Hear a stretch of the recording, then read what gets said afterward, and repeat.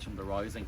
If you look at both sides of the rising, and also civilian casualties as well, like we have the youngest civilian casualty buried in Glasnevin, Sean Foster. He wasn't even 2 years of age when he was killed, and he's buried down towards the back. So many sad stories emerge, but this one seems to stick in the Irish mindset a lot. Maybe because of the song Grace as well, but also a lot of people are familiar with the story.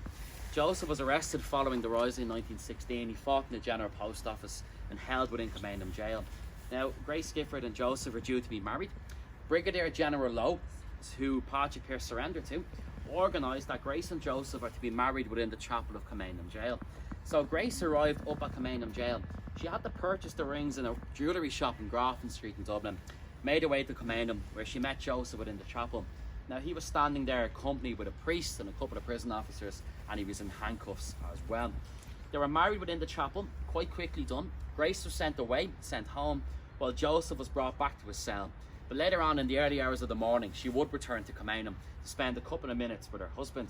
Now, they sat within a cell. It's not huge, the cell itself. There's prison officers either side, and they sat there for 10 minutes in silence. That's all they had together. And after those 10 minutes in silence passed, Grace once again is let out of Commandum Jail. She stood outside the Stonebreakers Yard. So you can imagine, if you go up to Commandum Jail today, you'll see the big high walls. Behind them is the Stonebreakers Yard. She stood outside listening for the volley of shots that executed her husband only a number of hours later. So he was executed in the early hours of the morning. So that story is quite a sad story to emerge from the rising. And Grace would never remarry following her marriage to Joseph in 1916. If you visit Commandum Jail, you'll see the chapel where they were married. You'll see Joseph's cell, but also Grace's cell. She did spend a number of months within Commandum during the Irish Civil War. So she was anti-treaty during the Civil War, a brilliant artist or a cartoonist.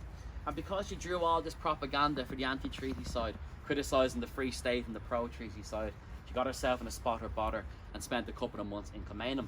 On the wall of her cell is the Madonna with Child. So she painted that on the wall of her cell just to show off how talented she was as an artist.